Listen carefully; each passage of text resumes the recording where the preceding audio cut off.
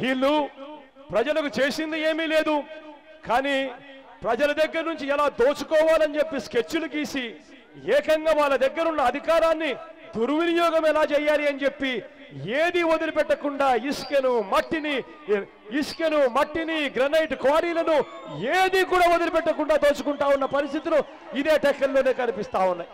ఇదే నియోజకవర్గంలో ఏ కాంట్రాక్ట్ చేయాలా, ఏ కాంట్రాక్ట్ అయినా అచ్చెన్నాయుడు కుటుంబ సభ్యులకే. నీరు చెట్టులో ఇష్టారాజ్యంగా తోవేసి ఆ మట్టిని కూడా అమ్ముకొని 100 కోట్ల రూపాయల సంపాదన. చివరికి ఇదే టెక్కలి నియోజకవర్గంలోనే ఏపీఎస్ఆర్టీసీ స్థలాన్ని 5 కోట్ల విలువ చేసే ఎకరాని స్థలం కేవలం 3 లక్షల